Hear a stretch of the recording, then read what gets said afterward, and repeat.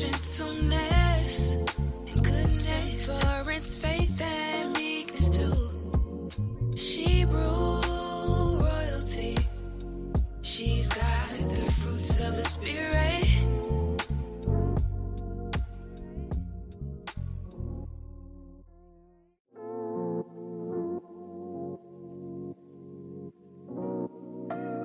Shebrew royalty, she's got the fruits of the Spirit. Love, joy, and peace. She's got long suffering, gentleness, and goodness, forbearance, faith, and meekness too. Shebrew royalty, she's got the fruits of the Spirit.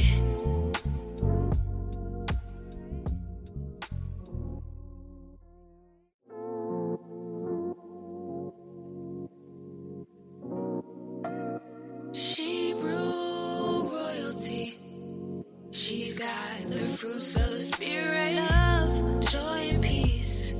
She's got long suffering, gentleness, and goodness, forbearance, faith, and meekness too. Shebrew royalty, she's got the fruits of the Spirit.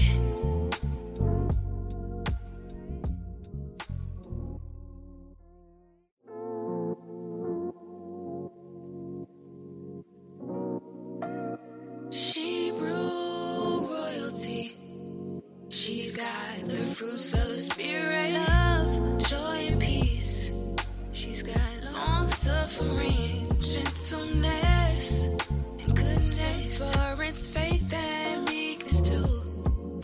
Shebrew royalty, she's got the fruits of the Spirit.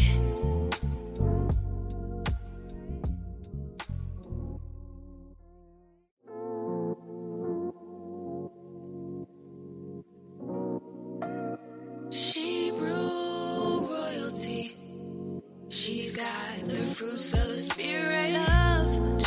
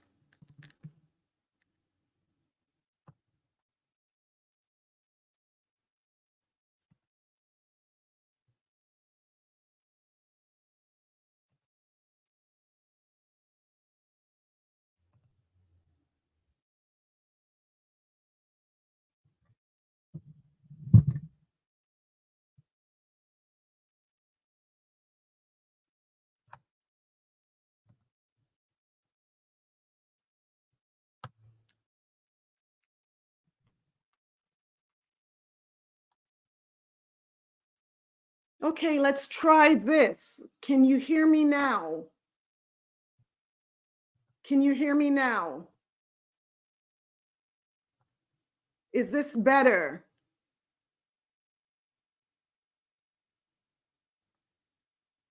Is this better? All praises. Oh my goodness. You are able to hear me now. Oh, all praises. Oh my goodness. I don't know what happened. I just kept messing with buttons and so on.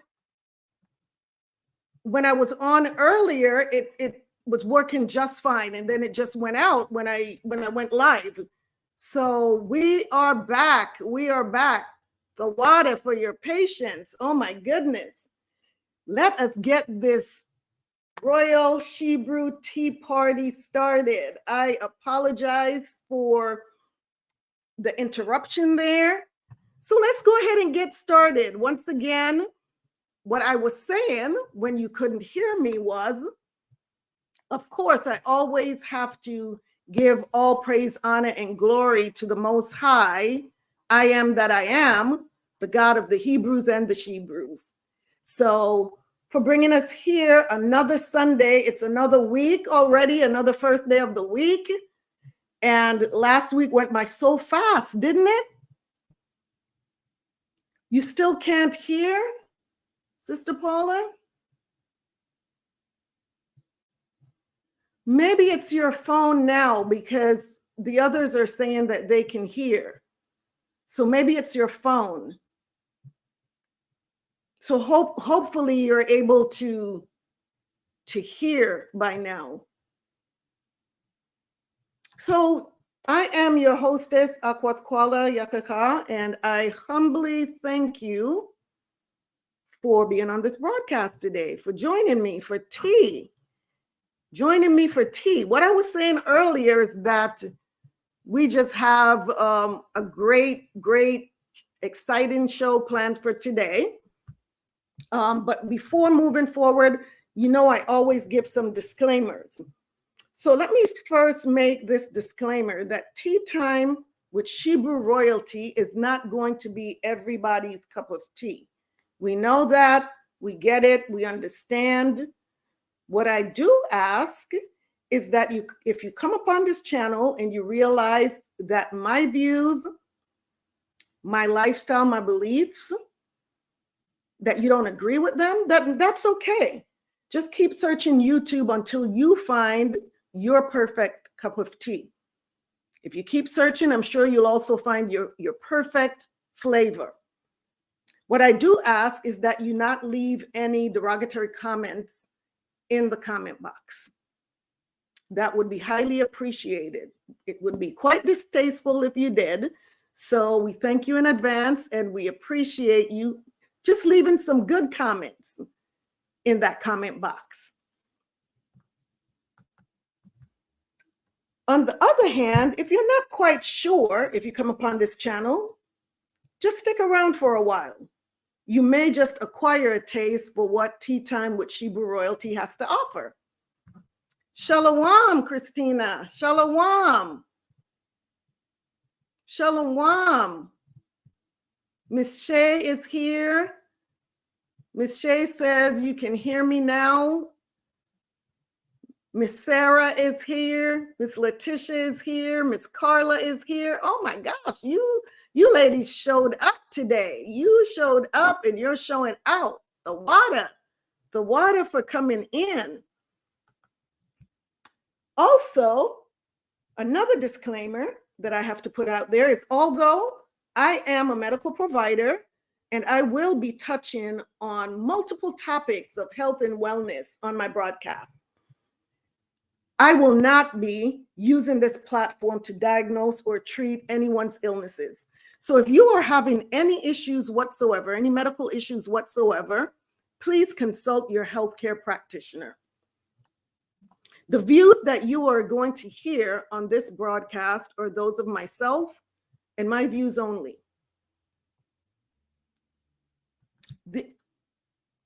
I want to make that clear that the views that you hear are not those of any particular church or any organization. So these are my views and mine alone, unless, of course, I have some guests or co-hosts on the show. Lastly, but most importantly, there are going to be times when I will, or you will hear me mention the Most High God, I am. Usually it's because I will never take credit for anything that I believe that the Most High should be credited for. Take no offense. This is who I am and what I do. It's ingrained in me for many years to just, thank God for my blessings. So allow me to be able to acknowledge my Creator in that way, where I do say, thank God, thank the Most High, and please take no offense to it. One more thing, this is a call to action. If you would like to be a guest on Tea Time with Shebrew Royalty, please send me an email to, and let me put my email address here. Give me just a minute. I am going to put a banner up with my email address, shebrewroyaltybiz@gmail.com. Please include a brief description of whether it's your products, your services, or any health-related topics that you may be interested in co-hosting. I would love to hear from you and to brainstorm on how we can bring health and wellness to a whole new level.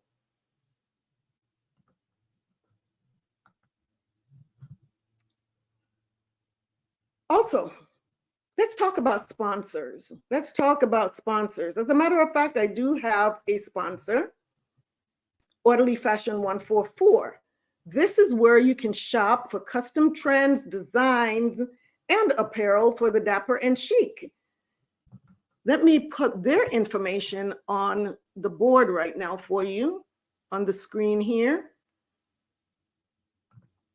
Here's their website, www.orderlyfashion144.com. And please be sure to include the discount code Quala, Q-A-L-A, my name, 15. This is where my guests can receive 15% off of their purchases on the website.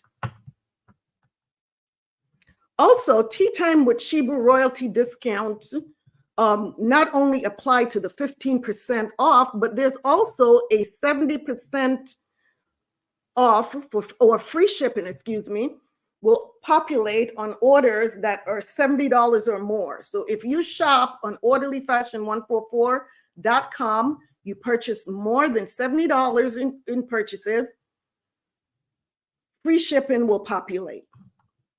Orderly Fashion 144 is also looking for fashion models. So if you purchase something from the website, send a picture, a full body photo of you wearing the apparel. And let me put their email address here. It's info@orderlyfashion144. Send your picture to this email address, and you can receive up to 35% off your orders and one free item a month. In order to do so, you must place orders for at least 3 items monthly from the website. Don't forget, there's the email address, info@orderlyfashion144.com.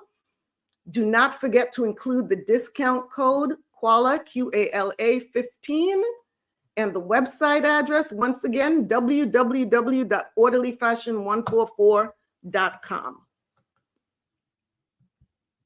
So if you haven't already done so, please hit the like button, share, and subscribe. And hit the notification bell as well, so that you can be notified whenever we go live. Let me take these banners down. I hope you've already copied that information down. Go to that website today and purchase. Let's get that off the board. Give me just a second here.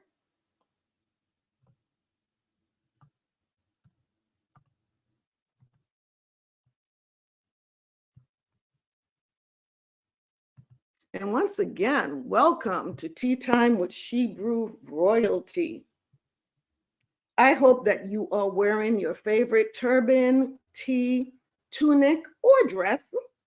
That being said, let's sip some tea and have some healthy talk. Let's get this royal tea party started.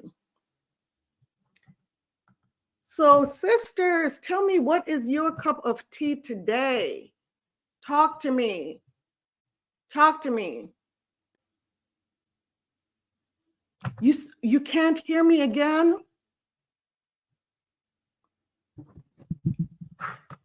You can hear the Hebrew song.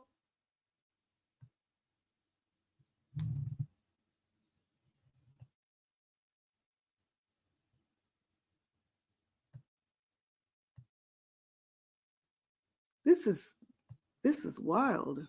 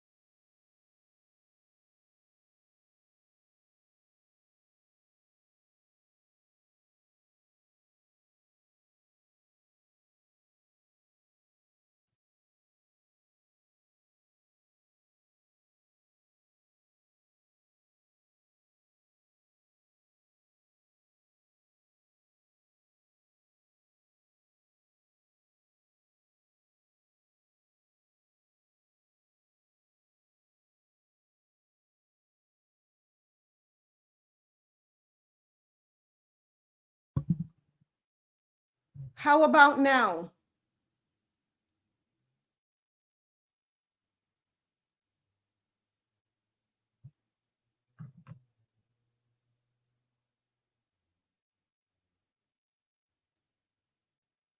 It keeps going in and out.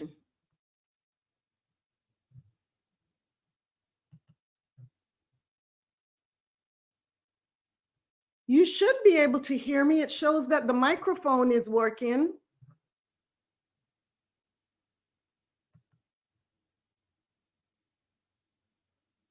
Okay. Wow. Okay. So are we ready to get this tea party started? Let's pray that it stays perfect, just like this. Once again, I apologize for the technical difficulties, but should it go out again,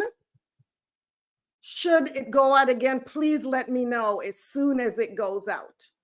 Okay? But we're going to pray that we can keep this party going without any further interruptions. So let's talk about tea. All praises. All praises, Sister Sierra. All praises. Let's talk tea. What is your cup of tea? Talk to me. Before I go into my cup of tea, I want to know what you're sipping on tonight. So I know we have some ginger tea. Miss Paula said she's having ginger tea. Who else is having some tea?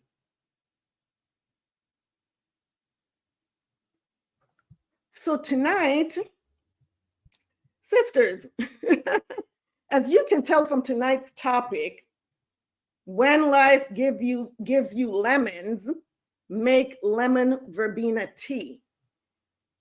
My cup of tea tonight is obviously lemon verbena tea. Here we are. Look at this. Look at that beautiful tea and this beautiful cup. So we're about to talk about lemon verbena tea. Let's see. My cup of tea was a chai tea, vanilla added coconut milk, cinnamon, and nutmeg and clove. Oh my gosh, that's some good stuff right there. All those healthy ingredients in there. Jeanette says rose tea. Con. The water sister Sarah. That's the best. Gadal Napash.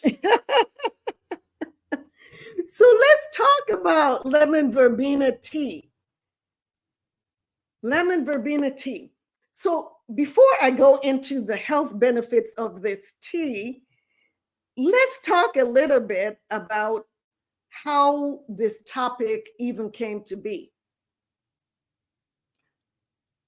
Oh, wow, your mom has a verbena tree. Oh, that's wonderful. That's awesome. So you get to drink this every day if you want to. Sister Dominique, good to see you. Good to see you. Shalawam. Shalawam. So let's, oh my gosh, let me get comfortable if that's okay with you. I'm about to get comfortable because you know what? We're about to just have a conversation. We're about to talk about tea and other things. So, as you can recall, last week, we had agreed that tonight's topic was going to be, are you doing something worthless with your valuable time? Do you remember that? Do you remember we talked about that? But obviously, that has changed. We'll go into all of that later, right? So let's talk about how this topic came to be. Sister Carla, yes, these teas do sound amazing. They do. They do. Delicious. Delicious. You know I love some tea. So last week, let's talk about when life gives you lemons, make lemon verbena tea, and how that topic came into play in place of, are you doing something worthless with your valuable time? So I must say last week was a little bit challenging. Some issues came up that caused me to start rethinking some things. So I was at a crossroad and I just needed some answers. So what I did is what I normally do when I just don't know what to do. And when I don't know what to do, what I do is pray and fast. So that's what I did when I came to this sort of a crossroad on what should I do about the issues that came up. And so I not only prayed and fasted, but I had a really good cry. I can laugh now, but I'm so serious. You know, that kind of cry where you're just kind of just begging the Most High for answers because you really don't want to lean on your own understanding, right? So I just went into this prayer, fasting, crying, asking the Most High, show me what I'm supposed to do in this situation. And, you know, I had tears running down my face. snot everywhere. I, I know that doesn't sound real pretty at all. It really doesn't. But I'm just gonna be real, right? It was, yes, absolutely. Crying cleanses the soul. You know what? People say, oh, you're not supposed to cry and this, that, and the other. You're right. Crying cleanses the soul. I mean, we take showers every day, baths, showers every day, and we cleanse our exterior. But what about inside? What about when you just need to purge and flush? And I do believe that's the reason why we have tears, is to wash us from the inside out. Right? And so I sure did. I utilized those tears and I just started crying and, talking to the Most High, talking and asking for answers on what I needed to do in these situations. And this is what I do. Whenever I come to a crossroad, I know how to do that. And usually, almost every time, I do get the answers. It may not be immediately, but the answers do come. So we just have to be patient. But yeah, there I was with tears flowing, snot going all over the place. And so I got to a place where it was finally all cried out, right? You get to that place where you are just Khan. You get to a place where you are just cried out.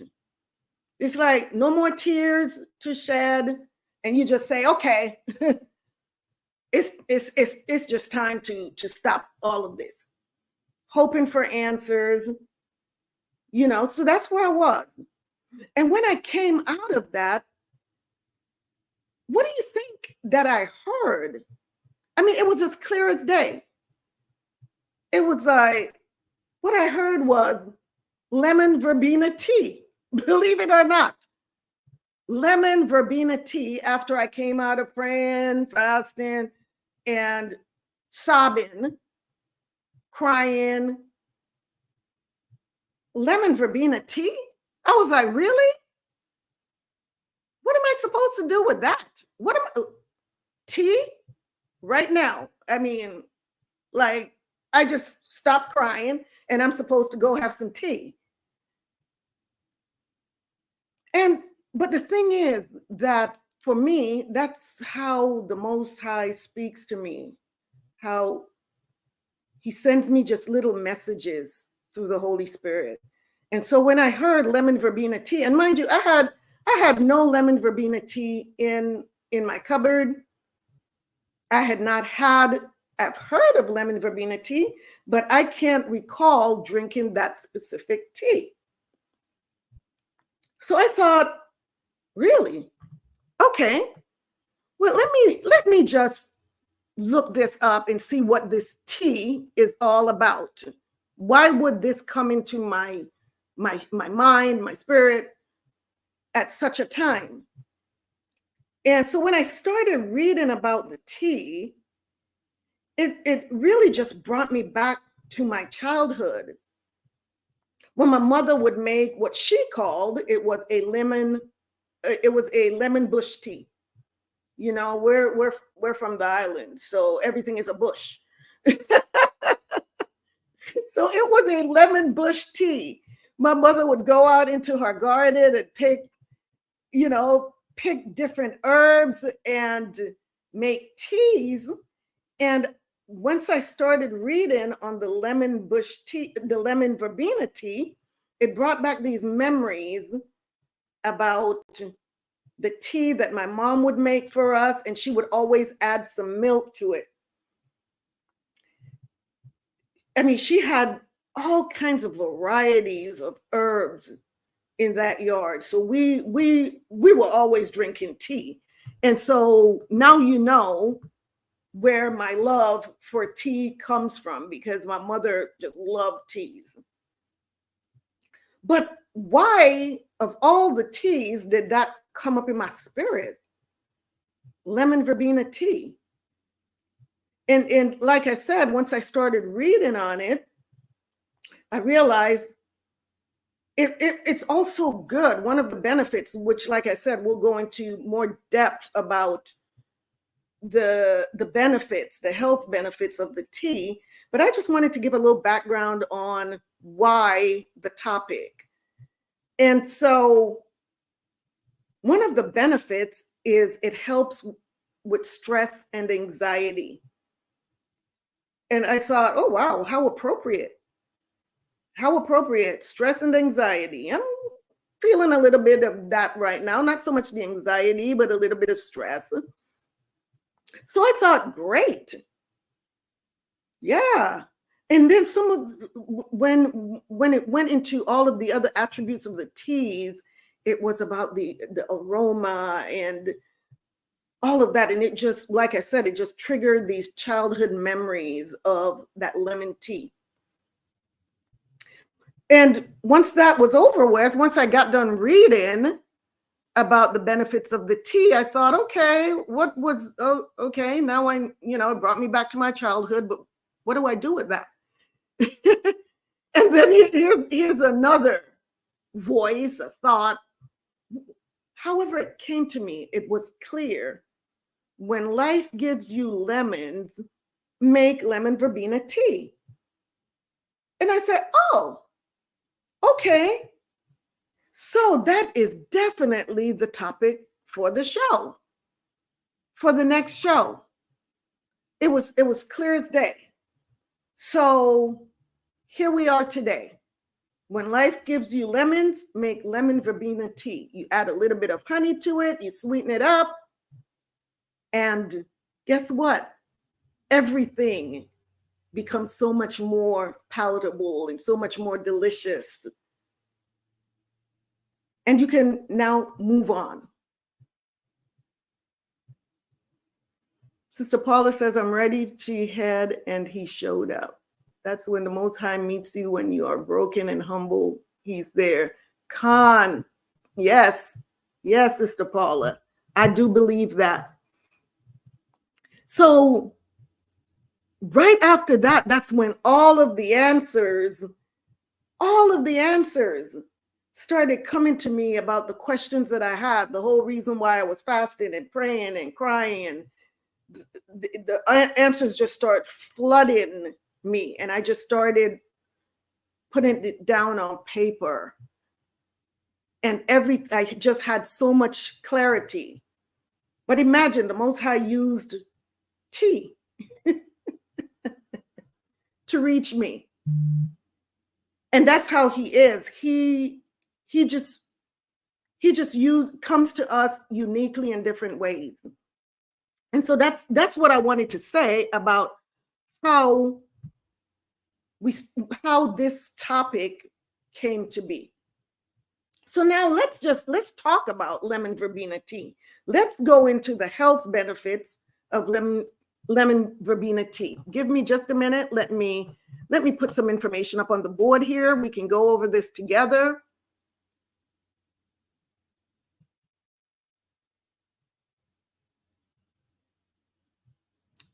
Sister Paula says, basically, that's what we all do as his children. Yes, Sister Jeanette, that was beautiful.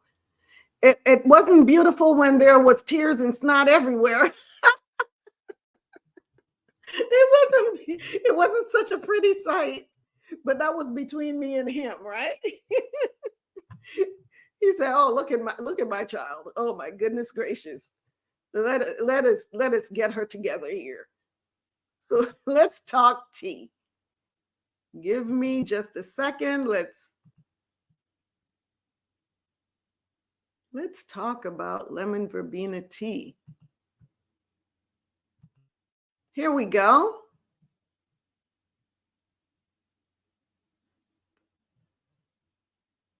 Here we go. So these are, let me check in and make sure that all is good. There we are. So here are 8 health benefits of lemon verbena tea. And we're going to take our time and go through these tonight. Talk about all of the wonderful benefits of this tea. So Lemon verbena, Alosia citrodora, also known as lemon bee brush, and Lipia citrodora, is a perennial shrub that belongs to the plant family Verbenaceae. At a quick glance, it looks like a common grass, but upon close examination, you may sense the strong fragrance of the shrub, and it is so aromatic, so aromatic. The plant is native to South America and is cultivated in the wild in Peru and Chile. It thrives in warm regions with full sun exposure. The lemon verbena plant may grow up to 9 feet tall and has white blossoms. When the leaves of the lemon verbena plant are crushed, they emit a strong citrus aroma. It's strong, it's citrusy, it smells so good, making it a popular addition to herb gardens. It is distinguished by its tall, pointed leaves and rough texture. What compounds make up the lemon verbena plant? Leaves of lemon verbena contains volatile oil that is most composed of 2 compounds, geraniol and nerol. These compounds are responsible for the lemon scent that produces calming and mood-enhancing effects on the central nervous system. So that is what's responsible for helping with the anxiety and stress. Other compounds found in different parts of the plant include citral, cinnarol, limonene, mucilage, taurines, and flavonoids. So here are some of the health benefits of lemon verbena. Lemon verbena has excellent nutritional values that provide various health advantages. Terpenoids, volatile oils, flavonoids, and phenolic acids are some of the major nutrients found in verbena leaves. Number 1, it reduces inflammation. Lemon verbena possesses anti-inflammatory and antioxidant qualities that help reduce inflammation and oxidative stress. Free radicals in the body causes cell damage and increases the risk of diseases. In a study, 30 participants with secondary progressive multiple sclerosis, or MS, were administered lemon verbena extract for 28 days. Their C-reactive protein, which is a test that used to measure inflammation, it's an inflammatory measure, was found to be significantly reduced. Another study reported that taking lemon verbena supplements protected cells from oxidative stress and decreased exercise-induced muscle damage in healthy men. Number 2, it aids in detoxification and it also boosts immunity. Scroll down here. Detoxification is a continuous and necessary process for eliminating free radicals and remaining healthy, and it may be aided by drinking lemon verbena tea. Lemon verbena is high in phenolic compounds, which are potent antioxidants that defend against free radicals, reducing oxidative stress, keeping the body healthy, and strengthening the immune system. Lemon verbena tea has antioxidant activity equivalent to green tea, but without the bitterness. And that is so true. This tea, I steeped mine for a little bit longer than I normally do, and there's still no bitterness to it. So I agree with that. It exhibits free radicals scavenging characteristics similar to some of the most well-known neuroprotective herbs, including ginkgo biloba, ginseng, and curcuma. And those are some powerful, powerful herbs as well. So to be compared to those, that tells you that this is really a good herb. It improves joint function. Early studies suggest a link between lemon verbena herbal tea and better joint function.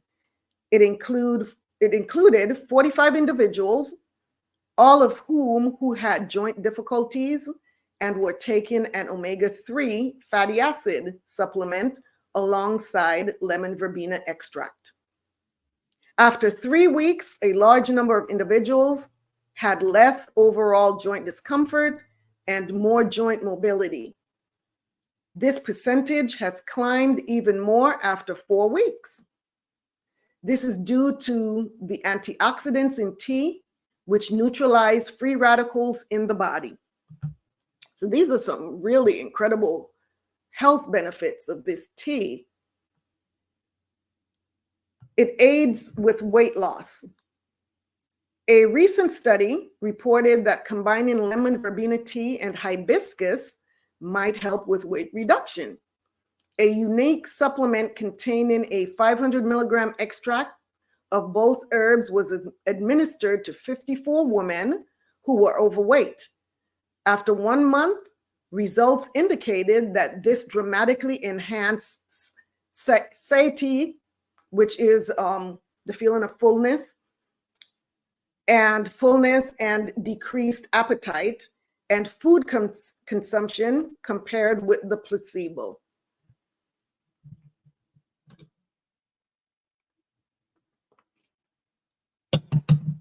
Let me have a sip of my tea right here. Where was I? Aids with weight loss. Here we go. The ladies lost weight and had reduced blood pressure and lower fat levels. So not only did they lose weight, as we well know, when you lose weight, your blood pressure always goes down, and also your cholesterol. So with just the tea, and I think it's combined with the hibiscus, that alone has reduced your weight, reduced your blood pressure, and your cholesterol and other fat levels. You can't beat that. It helps with insomnia. Hastaticide and verbenylin are volatile oils known as monoterpenoids in lemon verbena. They can help with insomnia by stimulating the gamma aminobutyric acid, or GABA system in the brain. GABA is a brain neurotransmitter that inhibits nerve signal transmission, assisting in the relaxation of the mind and neurological system in preparation for sleep. Number 6, improves anxiety and stress levels. Lemon verbena has a direct influence on hormone levels in the body, reducing problems such as anxiety. Chronic stress can be effectively treated with tea produced from the leaves of this plant. Lemon verbena may improve your sleep.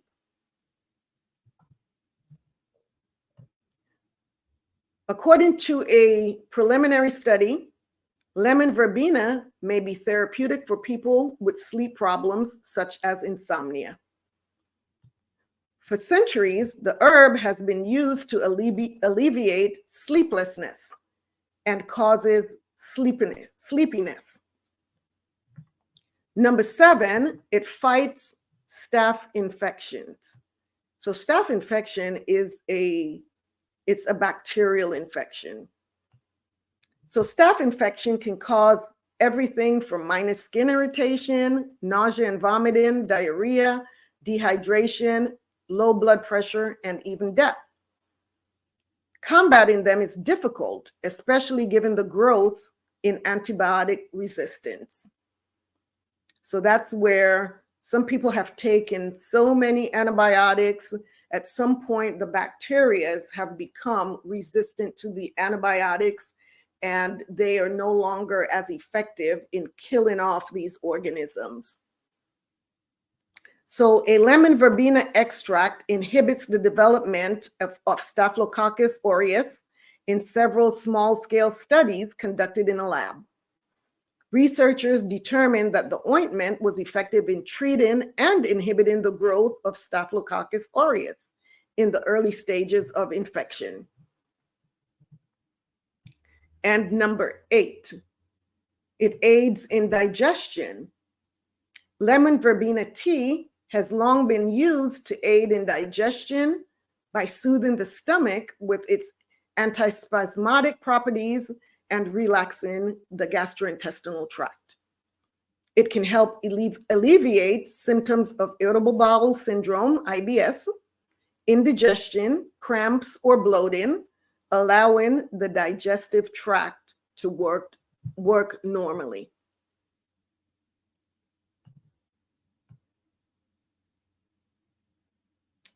So there we are.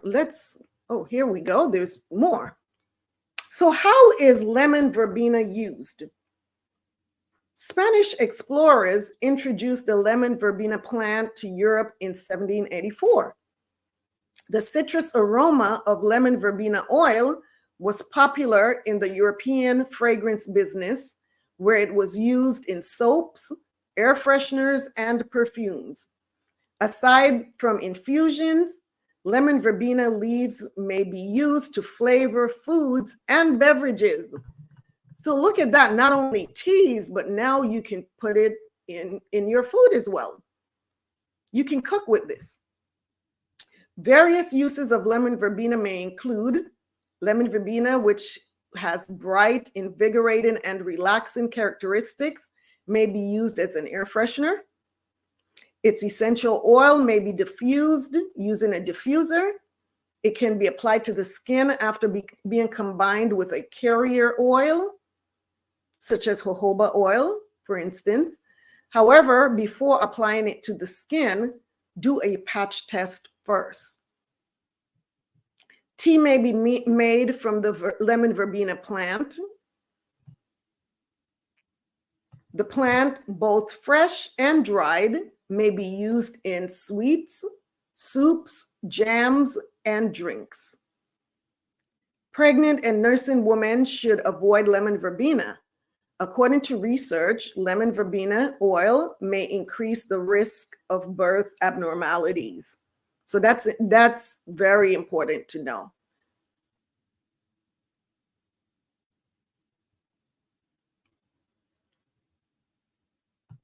If you are taking any herbal supplements or prescription medication and want to consume lemon verbena, you should visit a doctor to address safety concerns. Lemon verbena is a plant that has a variety of possible health advantages.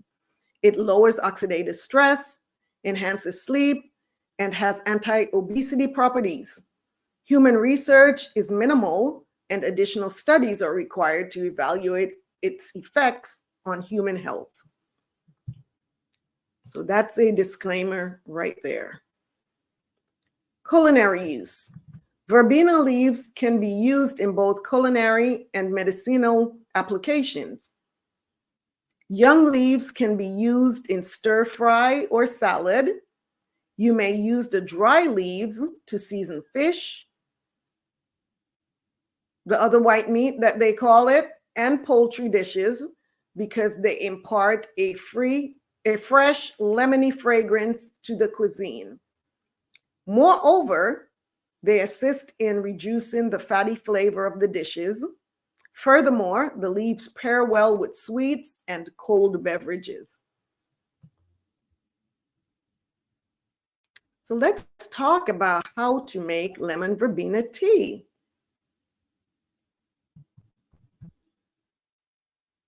A hot infusion of leaves to produce tea is a nice after dinner or nighttime drink because its relaxing, calming effect supports successful digestion and improves sleep quality. whereas a chilled infusion is a superb cooling drink in hot weather. According to scientific evidence, lemon verbena contains antioxidants, anxiolytic, which anxiolytic is to treat anxiety, to reduce anxiety, neuroprotective, which is protection of the brain and the nerves, anti-cancer, analgesic, which is to decrease pain, antibacterial, and sedative properties to help you sleep. Make your own lemon verbena tea by, number one, infusing 1 teaspoon of dried or 2 teaspoons of fresh leaves in hot water. Number two, allow it to steep for up to 15 minutes. Number three, if required, add a spoonful of honey to sweeten. And that's what I did today. I had a spoonful of honey. They say it makes the medicine go down. That's what they say. A spoonful of honey makes the medicine go down. Are there any downsides of lemon verbena extracts? To gain a health advantage of verbena leaves, take the following precautions. Consider the negative effects of topical usage, such as mild dermatitis or skin irritation. If you have particularly sensitive skin, see your dermatologist before using verbena leaves to treat your skin condition. People with renal or kidney illnesses should avoid verbena leaves because the components may aggravate the condition.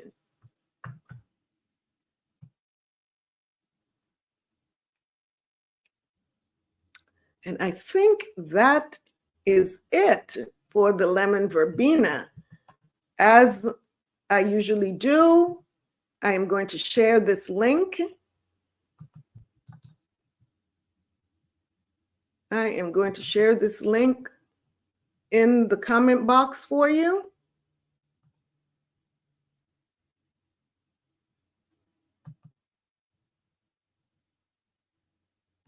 Here you go.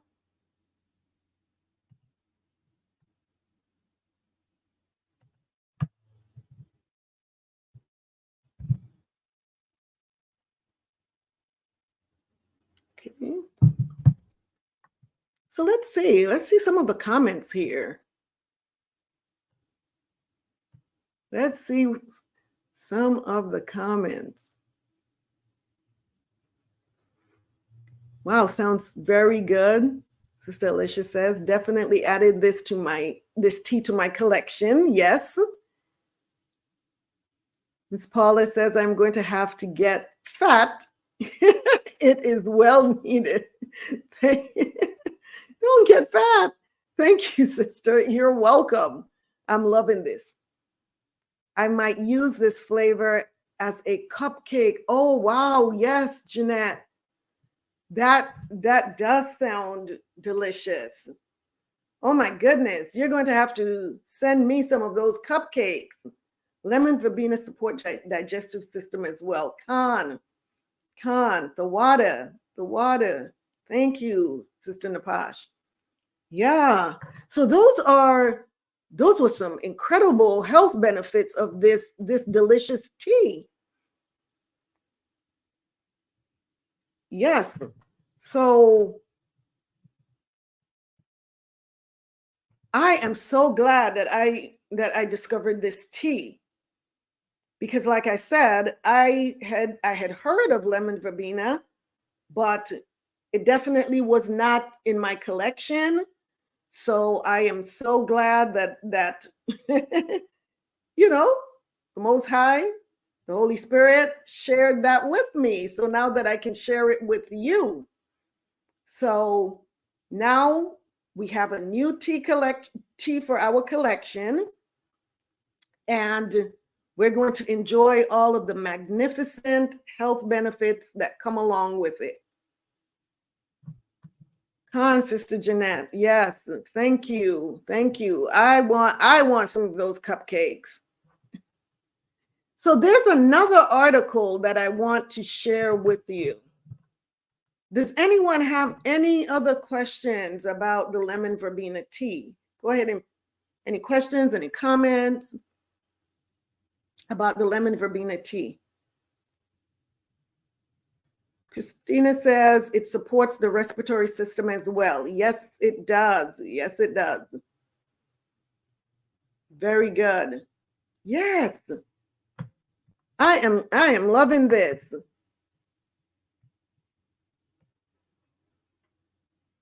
Paula says the healing process have begun soon as I get me some. You're welcome. You are so welcome, sister.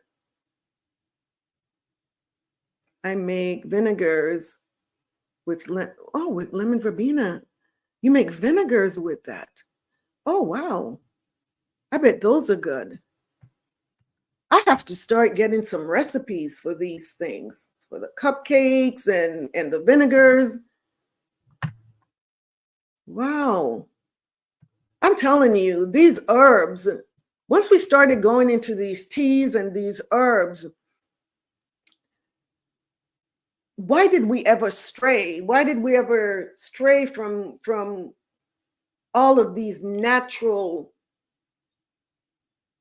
herbal remedies that we've had? And like I said, my mother, she grew all types of herbs, fruits, vegetables in the backyard.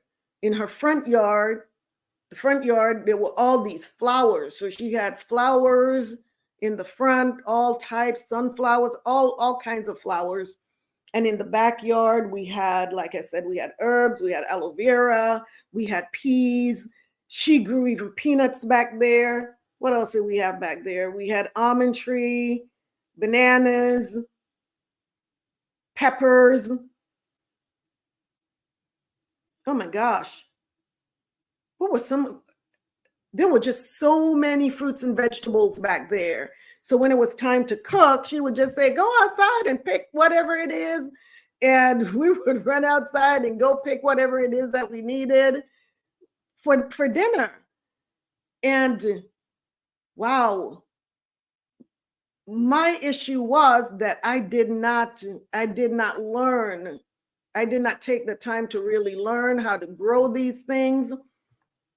There were other things that my mom did that I definitely gravitated to. She was a seamstress, so I was always there helping her sew. I was always there. She was also a baker.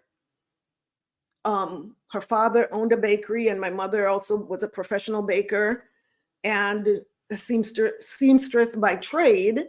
And so I was always there helping her with the sewing and the baking and the cooking.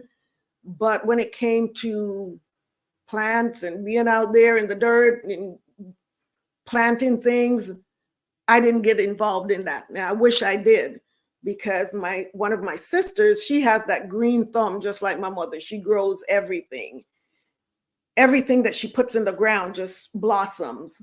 For me, it's a work. It's a work. I'm here right now. You know, I've got plants here and plants there. This is all new for me. And so I am actually getting a green thumb. My plants, most of them, I had a few that didn't fare so well, but most of my plants are growing really, really well. And this is so exciting for me to watch them grow. So let's go back to the herbs. Let's go back to tea. I just wanted to throw that in there.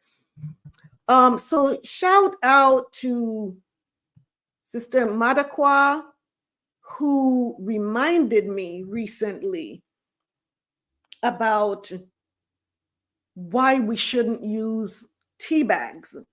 And so that's the next article that I'm going to go into, is why we shouldn't use tea bags. Let me pull that up.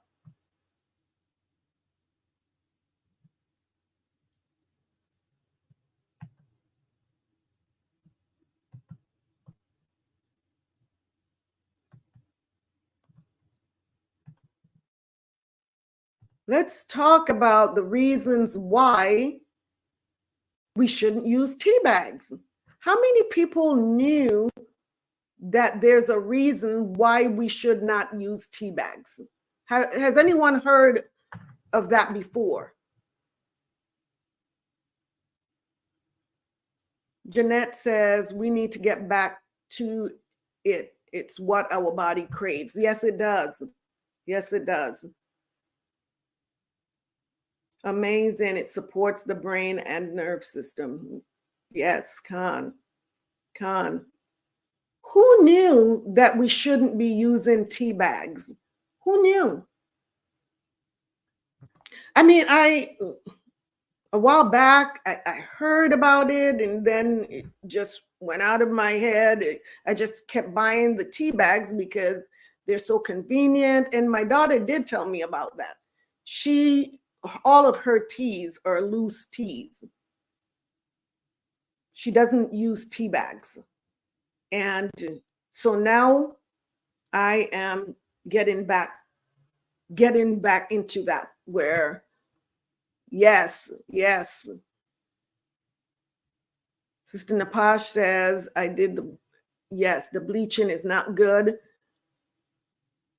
Sister Sarah said, yes, the bleaching is not good. That was Sister Sarah.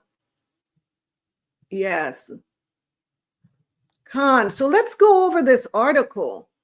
Let's go over this article about why you shouldn't use tea bags. Let's get in depth. It says tea bags may be convenient, but they come with several drawbacks. And this is from, where's the website? Cookist.com. Cookist.com. Tea bags may be convenient, but they come with several drawbacks, including lower quality tea, limited variety, and environmental concerns. Additionally, many tea bags contain harmful chemicals like epichlorohydrin and chlorine bleach that can leach into your tea. Opting for loose leaf tea offers better quality, more flavor options, and fewer health risks, making it a superior choice for tea enthusiasts. So there are the tea bags. Tea is one of the most popular beverages around the world, cherished for its taste, aroma, and potential health benefits. However, not all tea drinking methods are created equal. While tea bags offer convenience, there are several compelling reasons why you might want to reconsider their use. Let's go into them. Number one, lower quality. Tea bags often contain what are known as quote unquote tea dust or fan-ins. I didn't know that, which are essentially the leftovers from higher grade loose leaf tea. These smaller particles can result in a less flavorful and less aromatic cup of tea compared to loose leaf varieties. And you see it when you buy the teas that are in the tea bags. They're really tiny pieces of the leaves, but when you buy the loose tea, the leaves are usually pretty big, the flowers, and there's just so much more bulk to them, and the fragrance is always so much more enhanced. I agree totally with that. Limited variety. When you rely solely on tea bags, you often limit yourself to a restricted range of flavors. Loose leaf teas offer an extensive variety, allowing you to explore exotic blends and seasonal offerings that you can't find in bagged form. So now you have more variety with the loose leaf teas. Then there are environmental concerns. Many tea bags contain plastic particles, either in the bag itself or in the sealing process, which is not only bad for the environment, but could also release microplastics into your cup. Opting for loose leaf tea ensures that you are not contributing to plastic pollution and are also avoiding potential health risks. Another downside is restricted infusion. Tea bags constrict the tea leaves, limiting their ability to expand fully during the brewing process. This prevents the full range of flavors and aromas from being extracted, resulting in a less satisfying cup of tea. Yes, my lemon verbena tea is a loose leaf tea. And like I said, the aroma and the taste is incredible. It's just really delicious. Chemical exposure. Paper tea bags are often treated with epichlorohydrin, a compound also found in pesticides. Wow. And known to cause cancer in animals. Unfortunately, it becomes active when in contact with hot water. If your tea bags are noticeably white, chances are they've also been bleached with chlorine. Are we getting the picture yet? Some tea bags are bleached or treated with other chemicals to give them a pristine appearance. These chemicals could potentially leach into your tea during the brewing process, causing health concerns. So here you are drinking the tea for its health benefits, but yet you're not realizing that it's the unhealthy issues that come along with it far outweighs the health benefits of the tea itself. Cost.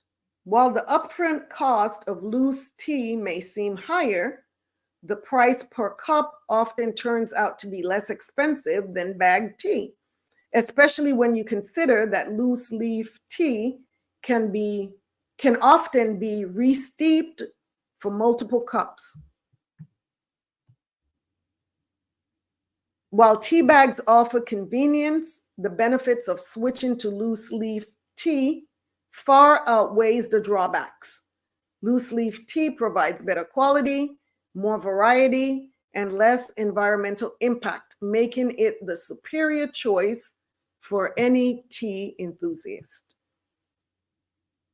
So that is the route that I have chosen to go. Let me copy this and share this as well in the comment box here.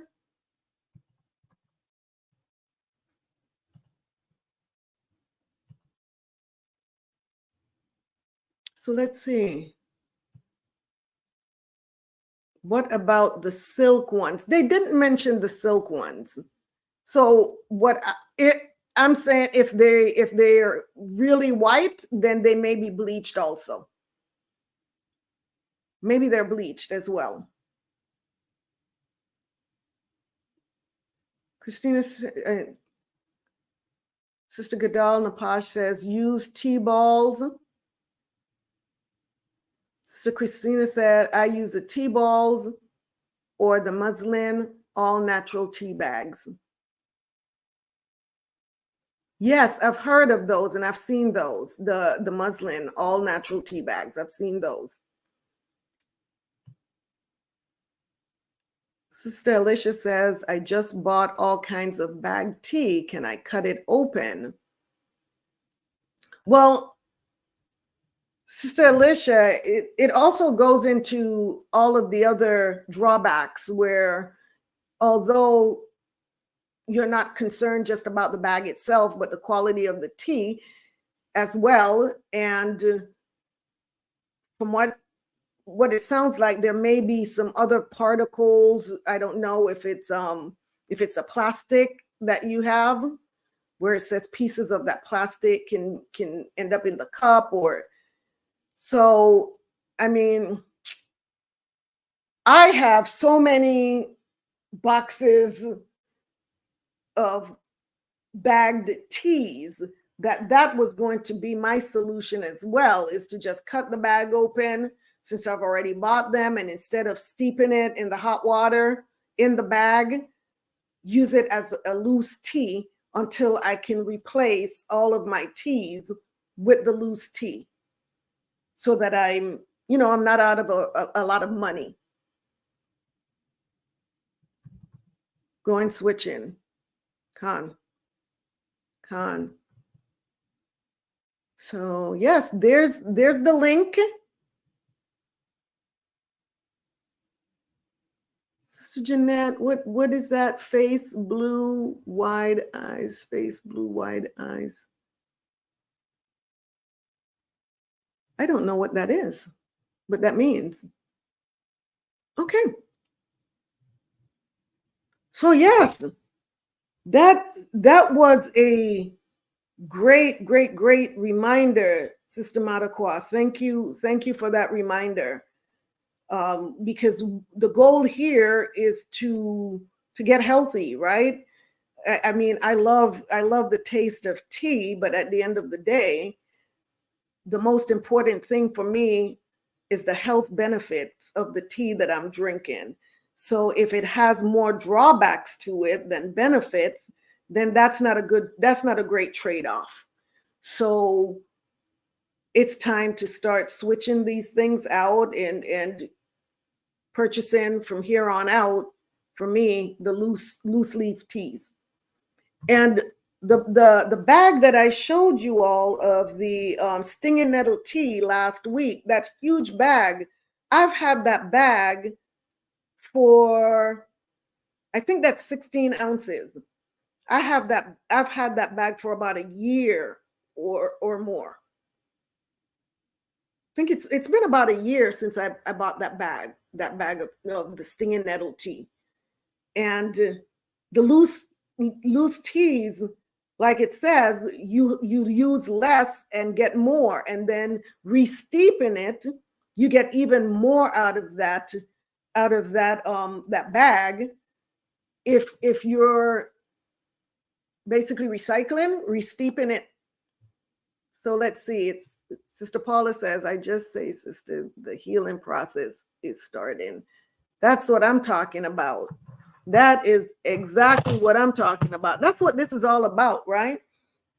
It's all about bringing us into wellness. For those sisters out there, for the women out there that have health issues, and you may be on medications, talk to your doctor about getting on these natural teas, tonics, tinctures, and see about just transitioning off of the medicines onto the herbs. That's a great plan. That would be a great plan, is to get off of the unnatural stuff and get onto the natural stuff.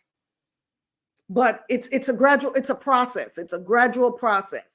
Do not just stop taking medications and just get on the herbs. Talk to your doctor.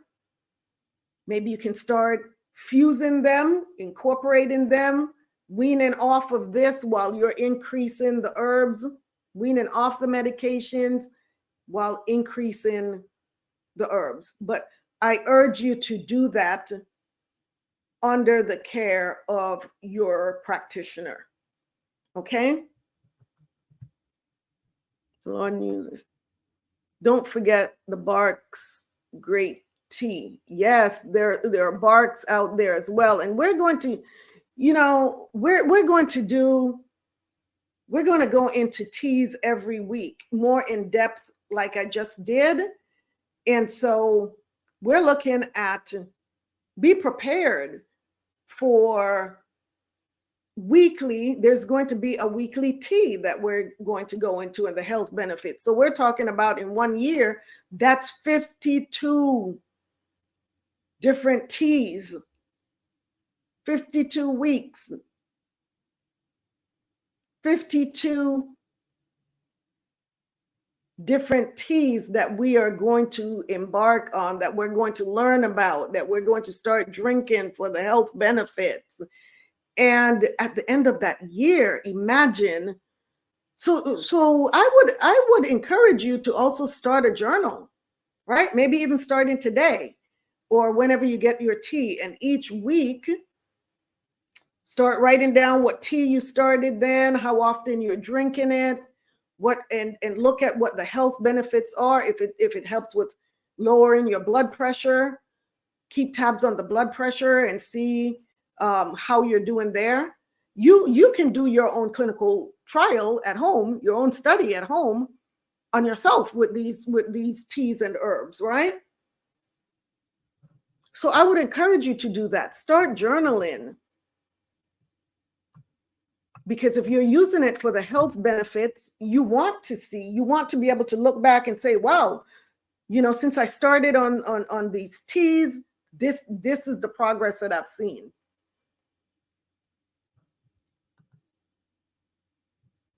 So that being said, did anyone have any questions about the lemon verbena tea, about the tea bags? Any questions, any comments? Because we are about to transition into phase 2, part 2 of this tea party.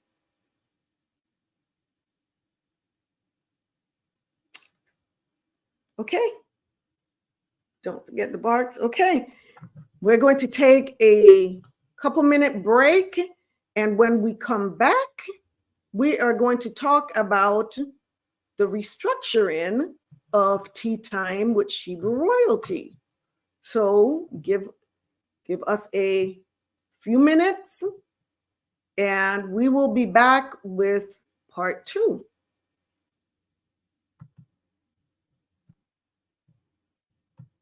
Give me just a moment here. We will be right back. Let me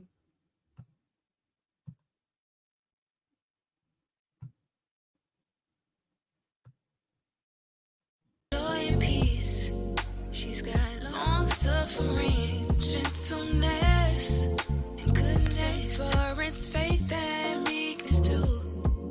Shebrew royalty. She's got the fruits of the spirit.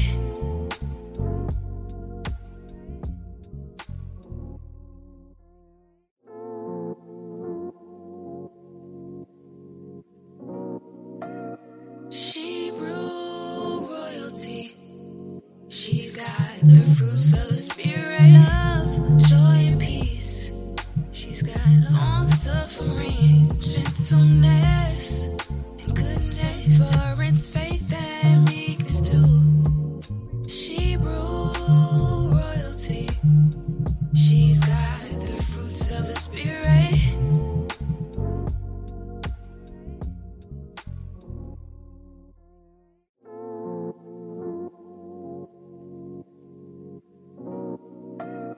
Shebrew royalty. She's got the fruits of the spirit. Love, joy, and peace.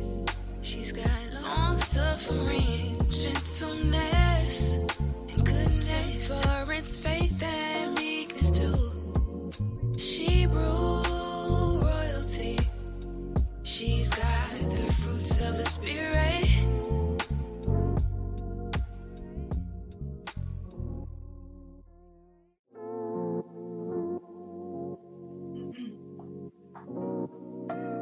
Shebrew royalty.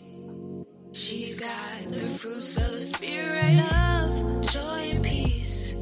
She's got long suffering, gentleness, and goodness. Endurance, faith, and meekness too. Shebrew royalty. She's got the fruits of the spirit.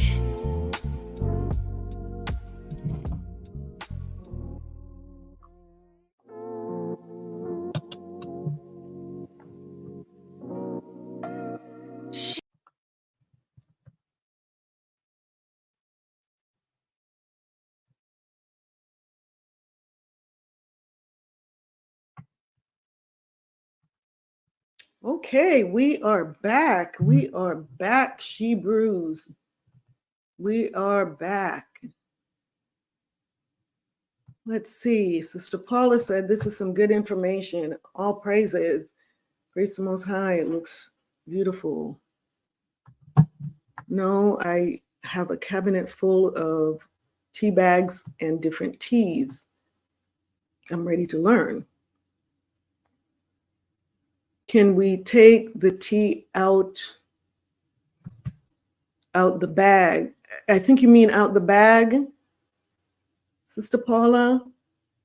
Yes, I would recommend that since you have a lot of those teas in the tea bags, rather than throwing them out. From what I understand, some stores, like I know Trader Joe, will take things back if they're unopened. So if you bought your teas from Trader Joe, I would recommend, going in and talking to someone there at the store where you made your purchases if you want to take them back. But if not, then like I said, I am going to take my teas out of the bag and steep them out of the bag as loose teas until I'm able to do a total transition out of the tea bags and into the loose leaf teas. That's my solution, because I have so many teas and I am just not going to throw them out. So yes. Let's see.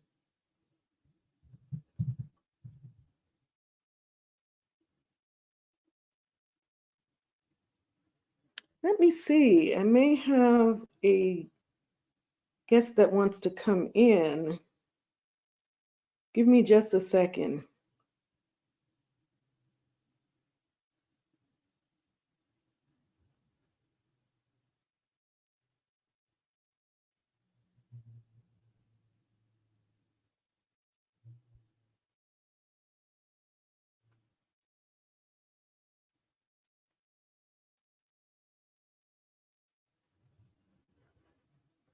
Okay. We may have a guest coming in. So all right. Until that happens, let's talk about, we're now into part 2, and part 2 is about the restructuring of Tea Time with Shebrew Royalty. So that being said, Tea Time with Shebrew Royalty is going through a transition right now. And so sometimes change may be planned, but oftentimes it can be unplanned and unexpected. So this is where we are at. Change is inevitable, right? We have to go through changes in life. Everything changed. Nothing stays the same forever. So Tea Time is now going through some changes. And like I said, change is inevitable. How we deal with changes in life is important, right? It can either make us or it can break us. Hence the topic, once again, when life gives you lemons, make lemon verbena tea. And even when change is unexpected, it doesn't mean that it's bad. It just means that adjustments have to be made, right? So that being said, without further ado, let's first get into the downside of the transition, and then we'll talk about the positive parts of it.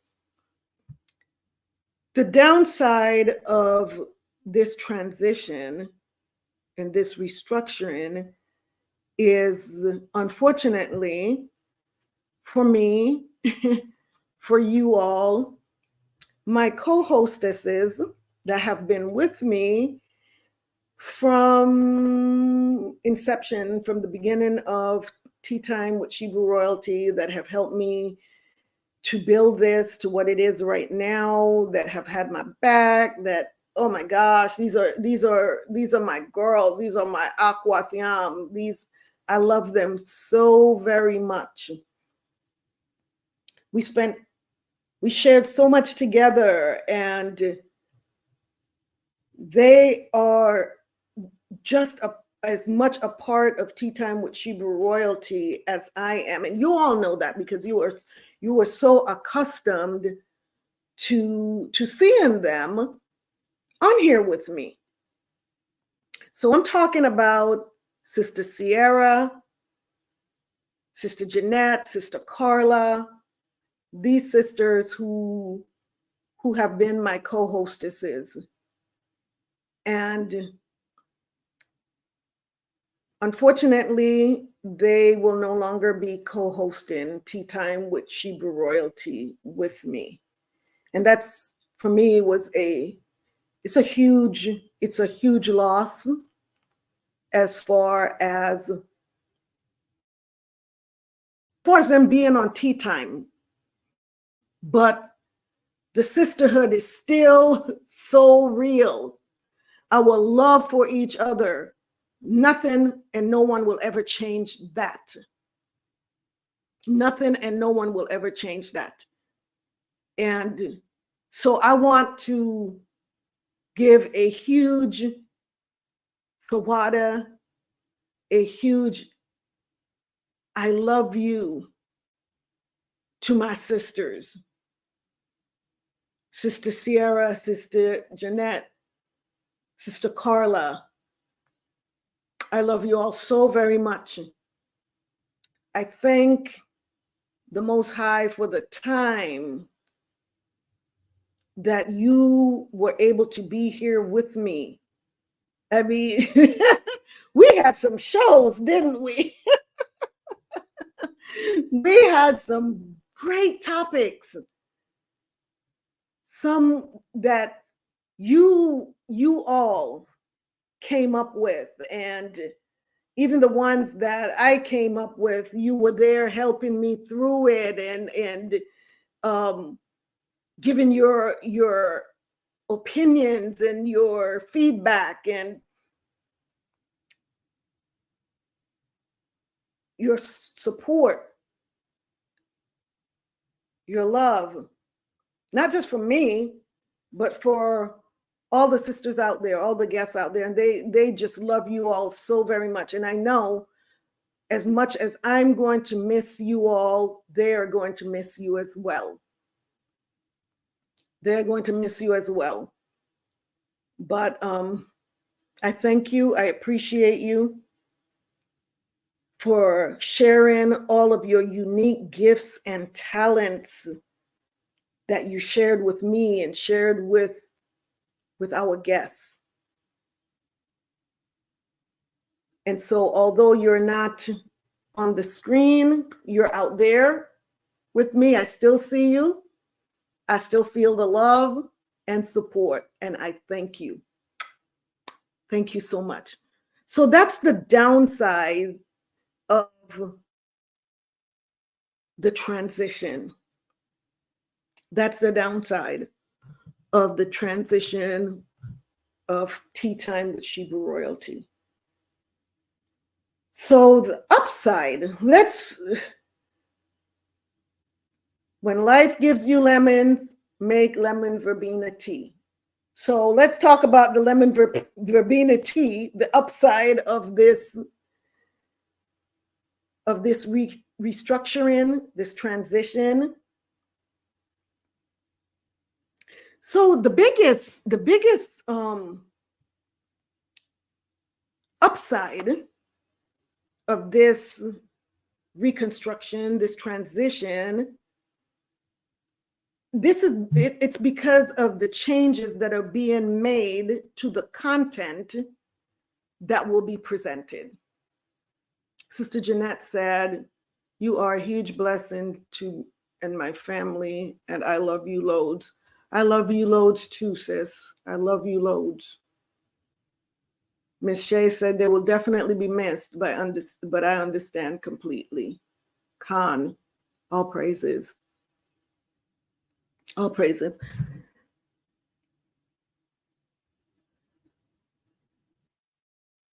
Give me just a second. I'm letting my guests know.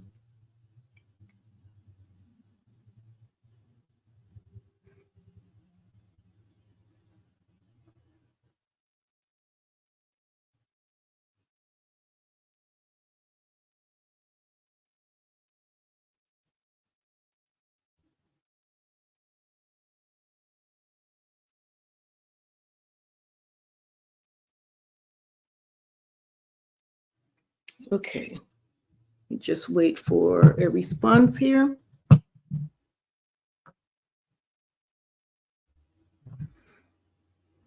So Aqua Sierra said, the water for having us on, Aqua. Of course. Of course. Oh my gosh, the water for coming on. The water for coming on. We love you, and the sisterhood is real and here to stay. All praises. Yes. You're stuck. We're stuck with each other. You said you were stuck with me. That's mutual. That's mutual, my sister. That is mutual. I wouldn't have it any other way. I wouldn't have it any other way. So this reconstruction is due to changes that are being made in the content, like I said, to be presented. The reconstruction was a process that was brought about as a result of some feedback that I received in regards to some of my previous shows. So what I did with the feedback was I took the matter before the Most High, and like I mentioned earlier, went into prayer, went into fasting, sought the Most High's face and answers. And so here we are with the restructuring. It was very constructive criticism and feedback. And from that constructive criticism and feedback came the restructuring. And so,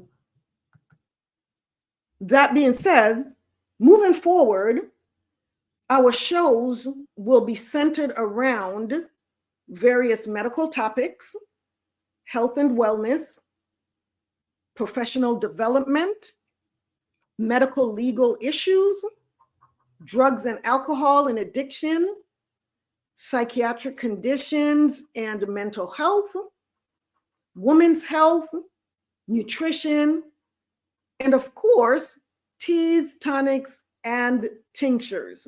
So these are some of the topics that we are now going to delve into. We're going to keep it focused on the health and wellness arena, and like I said, even professional development.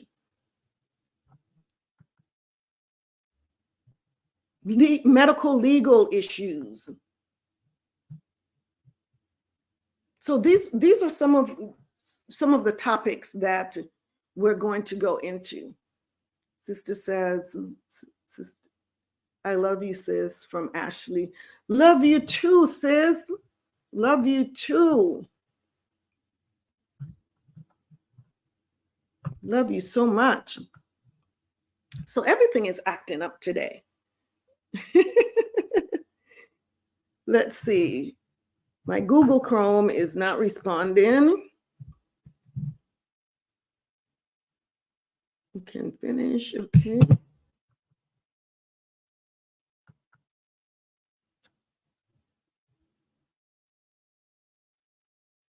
So let me see if my internet is working up there. Looks like it is. That's right, wonderful topics. Aqua. So you may be asking, why those topics? Why did you choose those topics? So in order for me to answer that question, let's talk about my background, because these topics are basically based on my background and my experiences, my education, and so on. So let me start from my childhood. I don't know how many of you have seen it was the premiere video, video that I did for Tea Time with Shebrew Royalty, where I went into my background, where I was born and so on and so forth. But what I didn't do was go too much in depth about my career path. I did touch on that, but I didn't go much in depth. It was basically overall. So let me start with, like I said, going back into my childhood. So as most of you know, I'm from the tribe of Benjamin and born in the West Indies, but grew up in the Virgin Islands. My parents had 8 biological children and they adopted 1 more. So I've had 4 sisters and 4 brothers. There were 9 of us, myself included, made 9. I was the youngest of 8 biological and 9 children altogether. In my childhood, my nickname from my siblings was the apple worm and the bookworm. And that was because every opportunity I got, I was in a corner somewhere with an apple reading a book.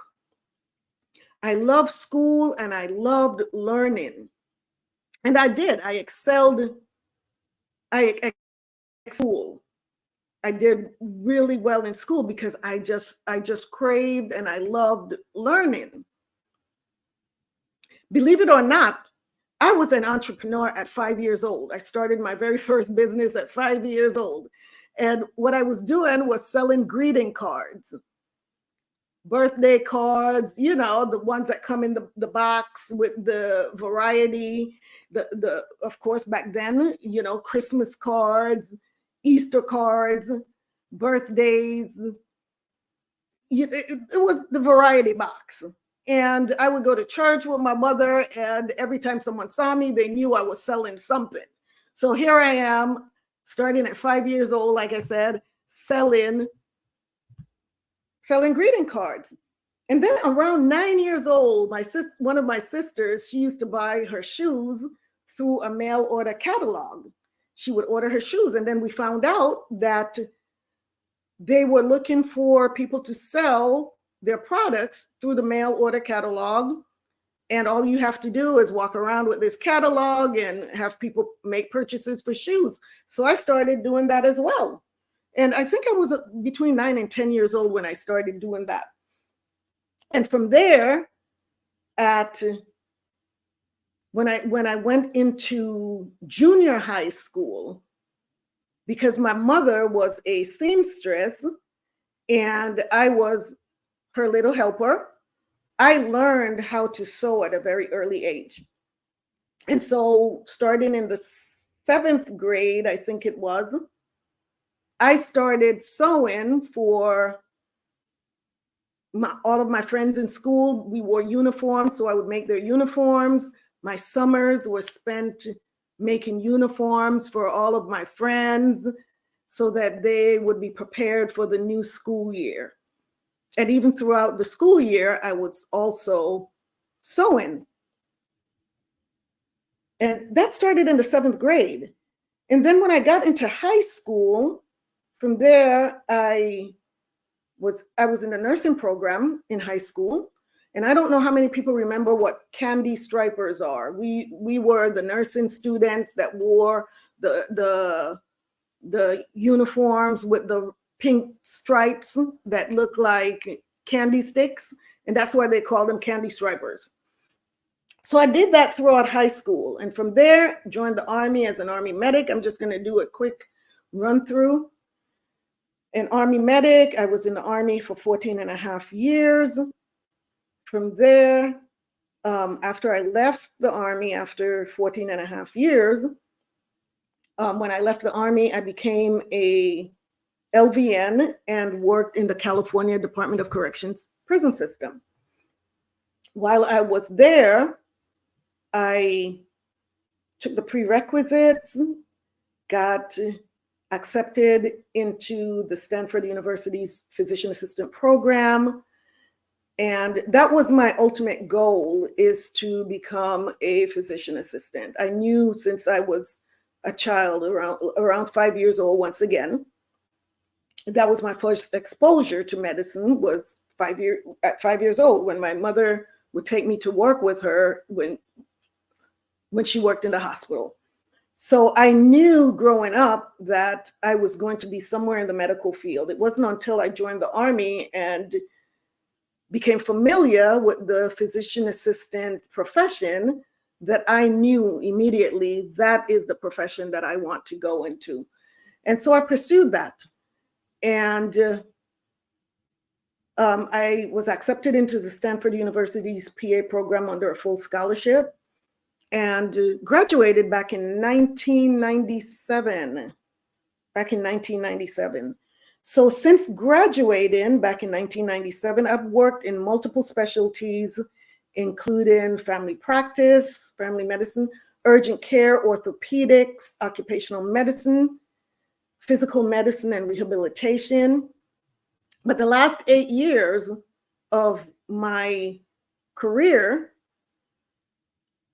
my specialties were psychiatry or mental health, addiction medicine, and pain management. I actually retired last year. Praise the Most High. So I say all that to say that my medical background has been pretty extensive. I loved medicine. Things changed a lot when the pandemic hit. Things changed a lot, and I made some different choices. But even prior to this, besides being a medical provider, being a physician assistant, I, throughout these years, many years, had other interests as well, other than medicine. And these interests came about from different experiences in my life that caused me to want to look further into these different interests, these other career fields as well. And so in doing so, I became a medical professional, legal consultant. I'm certified as that, a domestic violence counselor, professional development consultant, a corporate health and wellness coach. And I was also a guest lecturer at the Stanford University's PA program. After graduating, I returned to lecture on orthopedic issues. Along with that, because of going back to childhood, my entrepreneurial spirit, I've been a business owner as well. So my businesses were Inland Empire Women's Resource Center, which was a 501c3 organization that helped women with finding resources in the community that could help them in different stages of their lives. Generations Women's Wellness Center, this was in Modesto, California.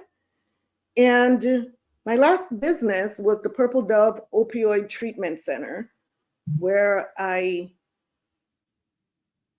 helped my patients to get off of opioids and to live clean and sober.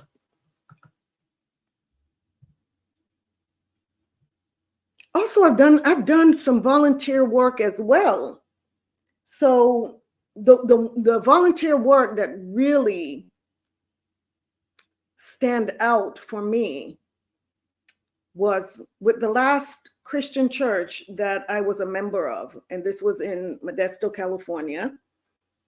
And this was back in, I think it was around 2013 or 2014.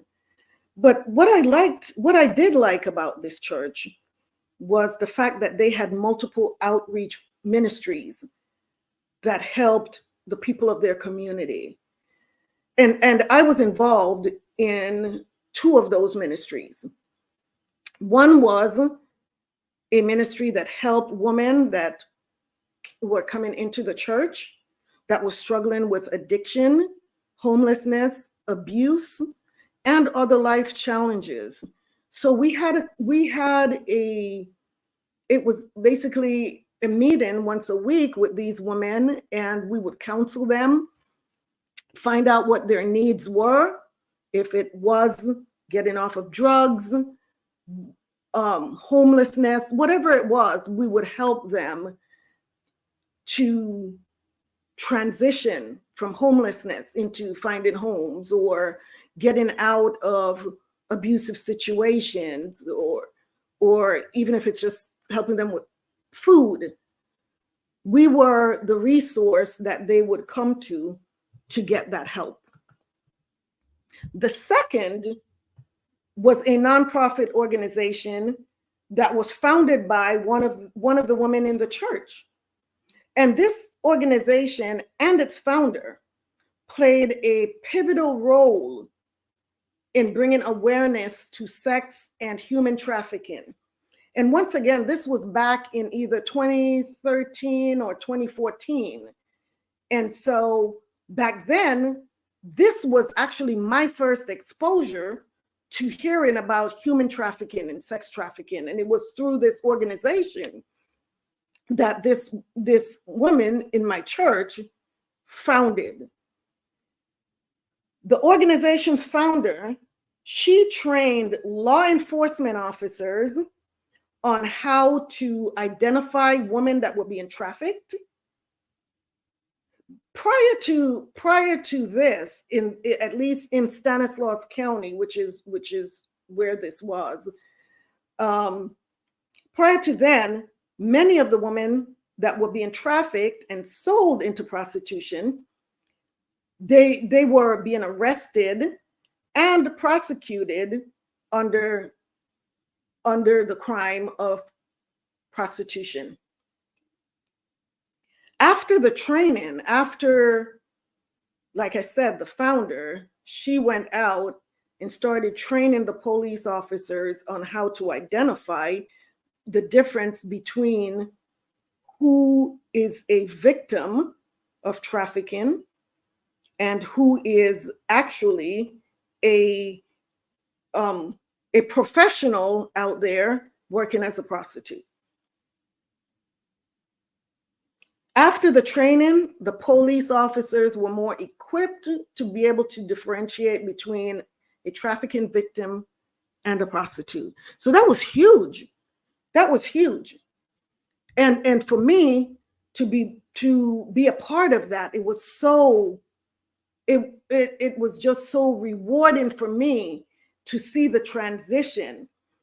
These women, after identification as victims of trafficking, they were brought to us for respite. They were placed in safe houses. They received food, clothing, shelter, and counseling. When they were emotionally stable, they were able to identify who their traffickers are and the pimps, who the traffickers and the pimps were. And the perpetrators were prosecuted and sent to prison where they belonged. But this couldn't have happened had the police, like I said, the law enforcement had not been trained on how to identify these women. And once they were identified, they had a safe place to come to and to be able to receive the counseling that they needed so that they could now face the perpetrators in court and make sure that they ended up in prison where they belong.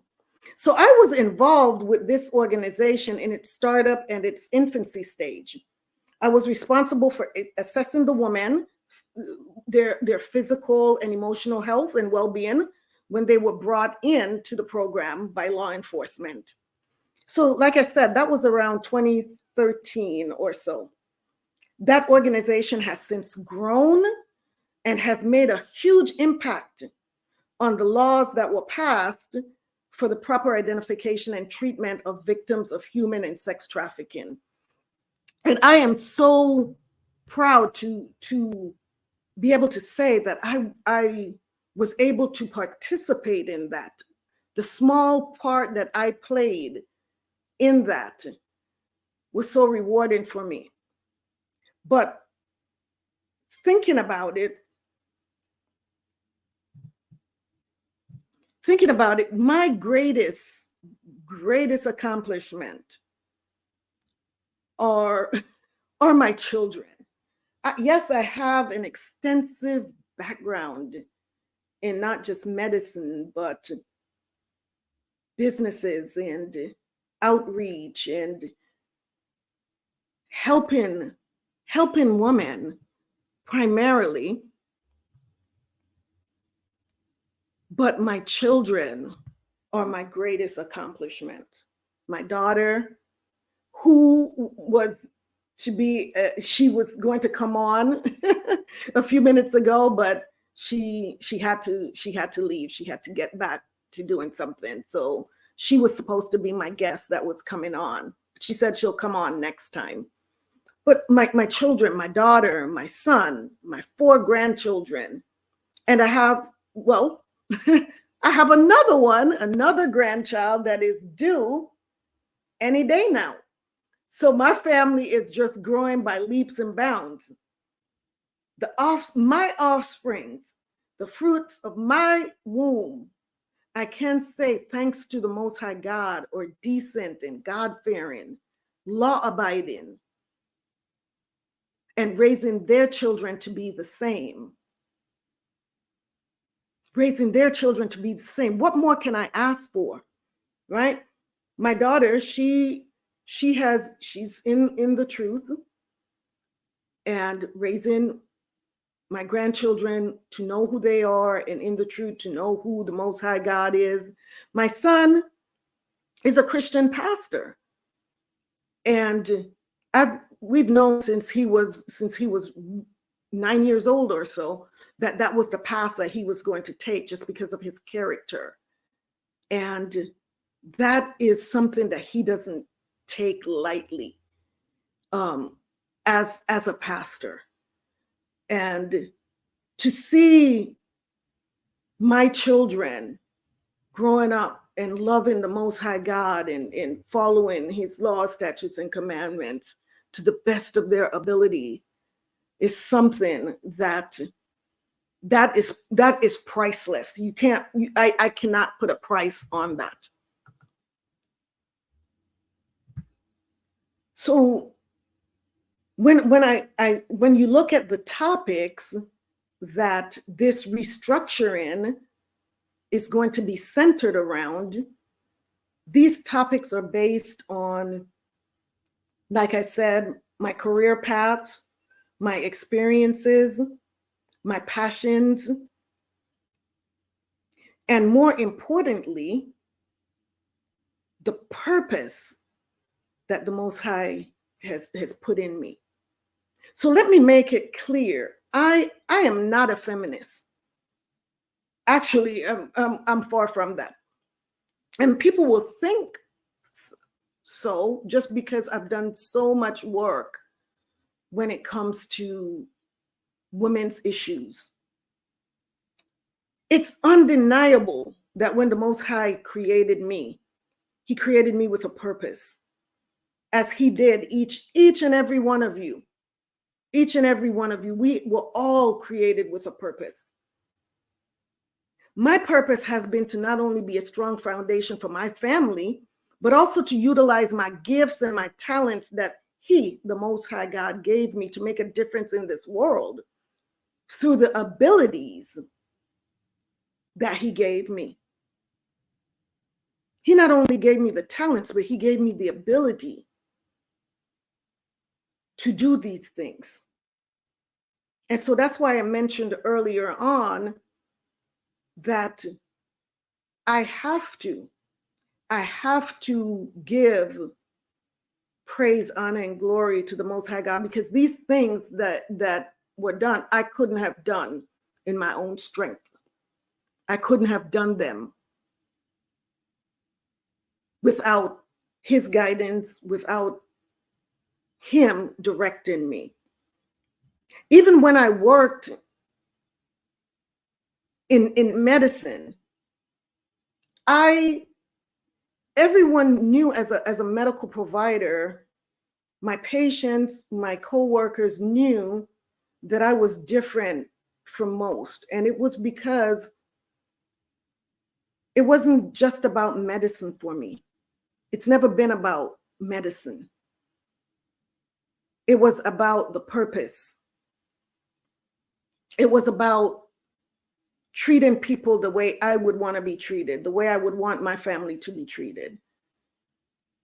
And when people are at their lowest state is when they're sick and when they're in need.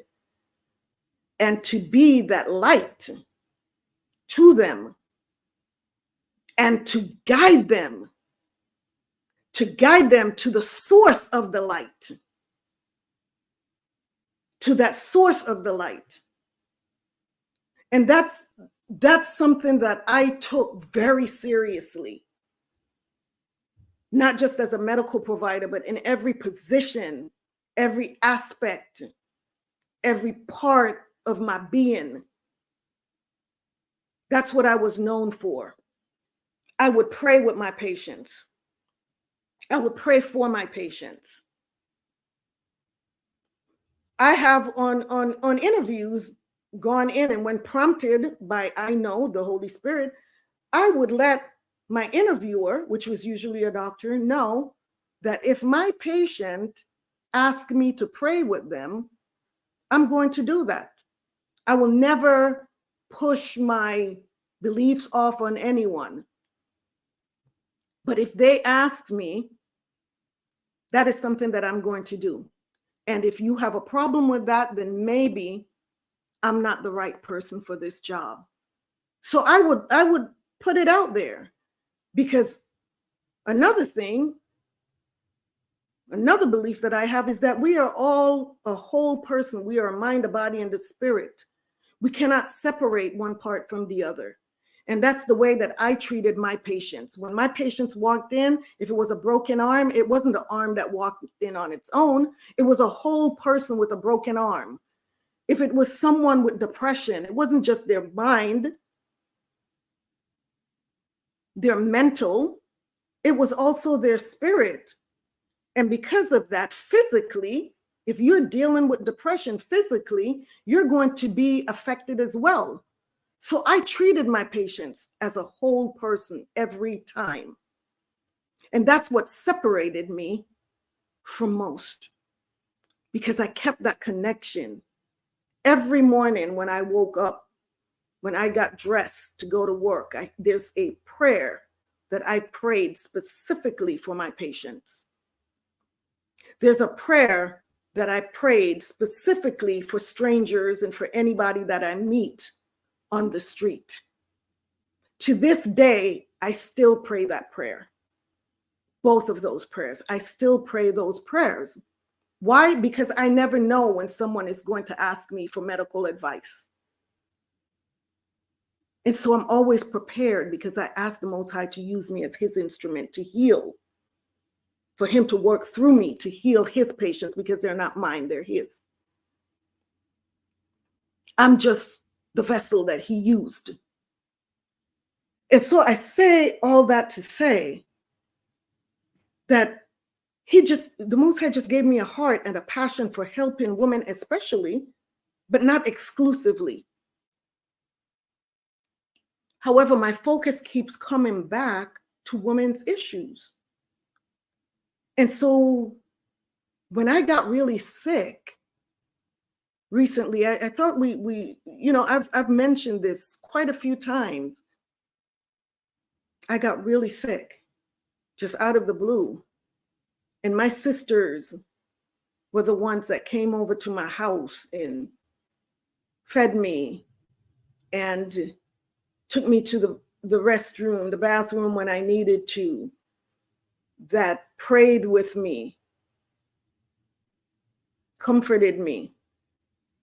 They were there for me. But I was also praying and asking the Most High, where do I go from here? Because I knew that my time as a medical provider, that door was closed. The Most High closed the door. And I said, where do I go now?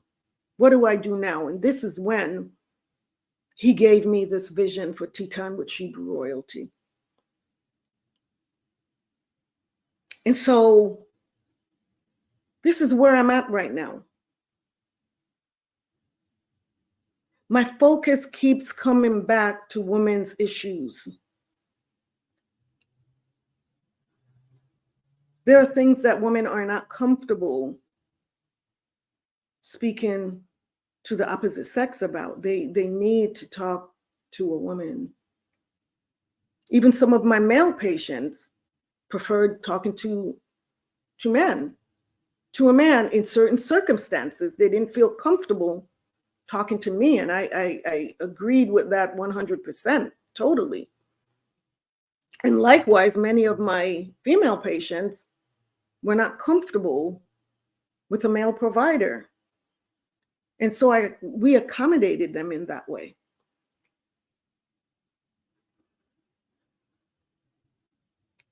If a woman isn't healthy in her mind, her body, and her spirit, the family unit breaks down.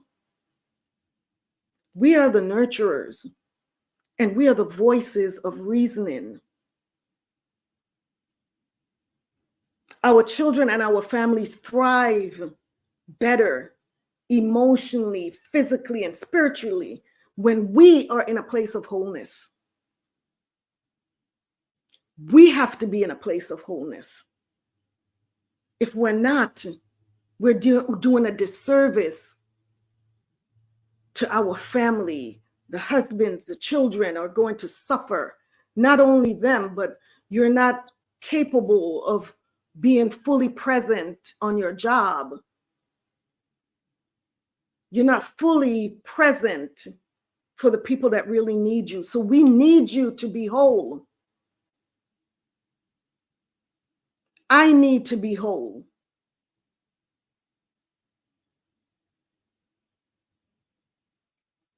We have to come to a place of wholeness. We need each other.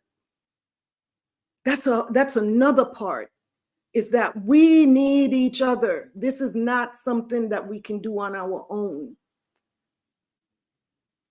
We need each other. Where would I have been had my sisters not been there for me in my time of need? Had they turned their backs on me? They brought that nurturing spirit, and they nurtured me back to health. And this is what we have to be for each other. We have to be there for each other. And so this is my small part that I can play with the gifts, the talents that the Most High has given me, to be here, to be a source of healing for my sisters, emotionally, physically, even spiritually. Even spiritually, because I pray for you. I pray for you, and I know you pray for me. I know you do. Because I feel it.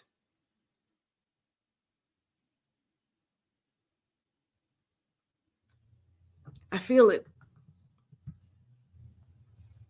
I left my medical career to do this.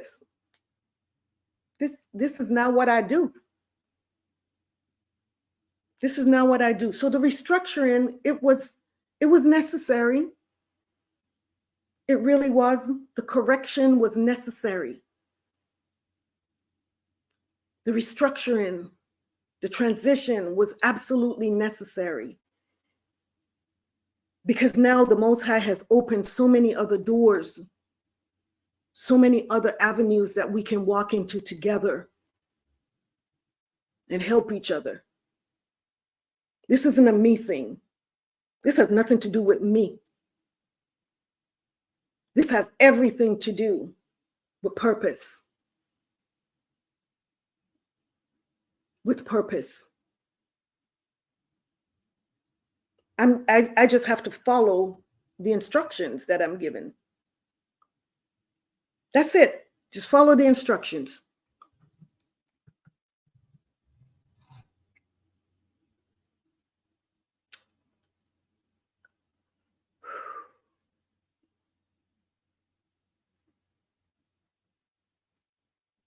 Sister Paula says, when you said that, my heart ate it.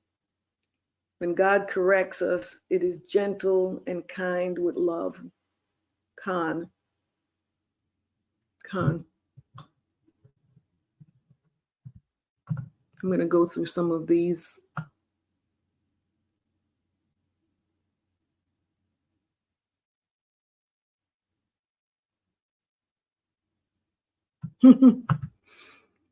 Sister Paula says, we are not going nowhere, sister.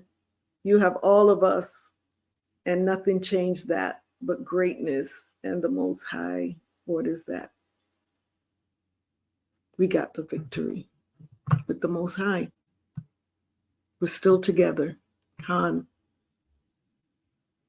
My daughter says, you, Amma, are working in this spirit of the Most High. It is such a blessing to have you as my mama.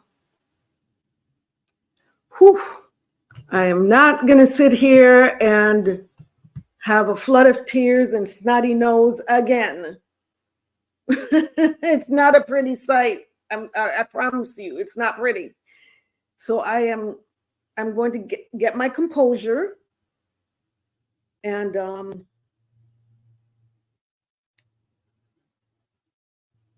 this is just a new chapter.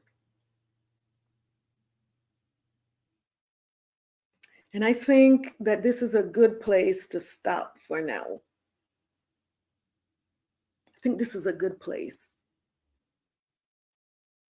But I promise, if you stick around, you'll realize that there's so much more that you can learn about a variety of topics, a variety of subjects, which we went over earlier.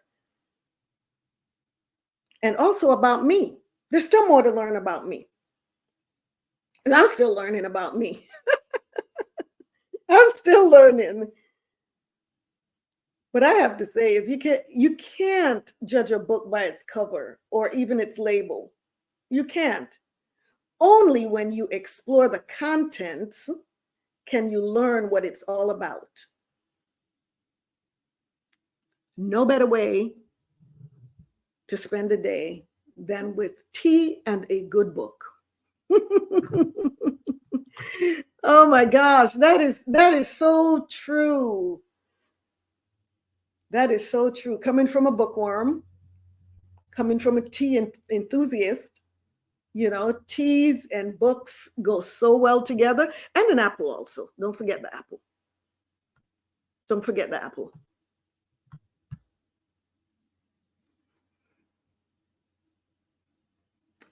Sister Christine said, people leave people behind, however, the Most High never does.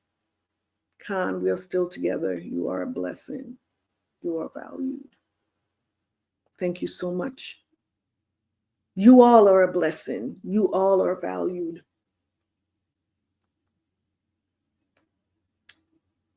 So yes, we have some exciting topics coming up. Exciting.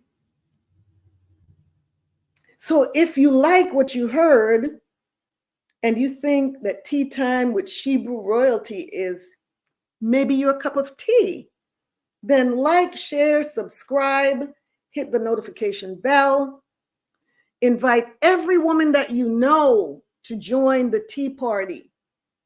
they may just also acquire a taste for what tea time with Shebrew Royalty has to offer. Tea time is open to women that want to be better and want to do better, physically, emotionally, and even spiritually.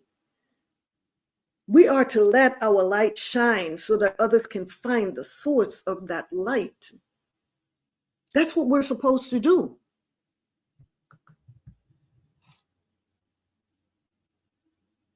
So Shebrew Royalties, this is where the tea party ends for today. Be sure to tune in next week for our weekly tea party. Same time, same tea channel. Next week's topic is yet to be determined, but just know that it will be good for your mind, body, and soul. Right? It is. It's going to be good. More than likely, it's going to be a topic pertaining to either probably mental health, just because I did have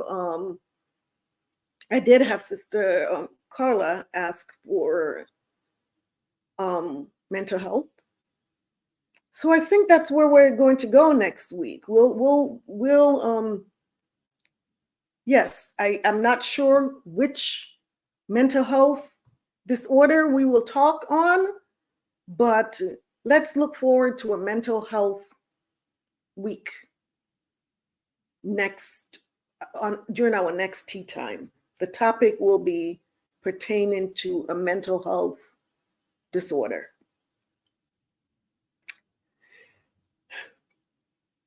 Whew, that was a lot. Know that I'm praying for you. I'm praying for us, for all of us. Very lovely show. See you next week. You all have a peaceful night. The water, sis. The water. Same to you, Sister Madakwa. So until the Most High brings us back together again, I am your hostess, Kwala Yakaka. Have a good night. Shalawam. Shalawam. I love you all so very much. And I will see you, if it's the Most High's will, next week. Shalawam.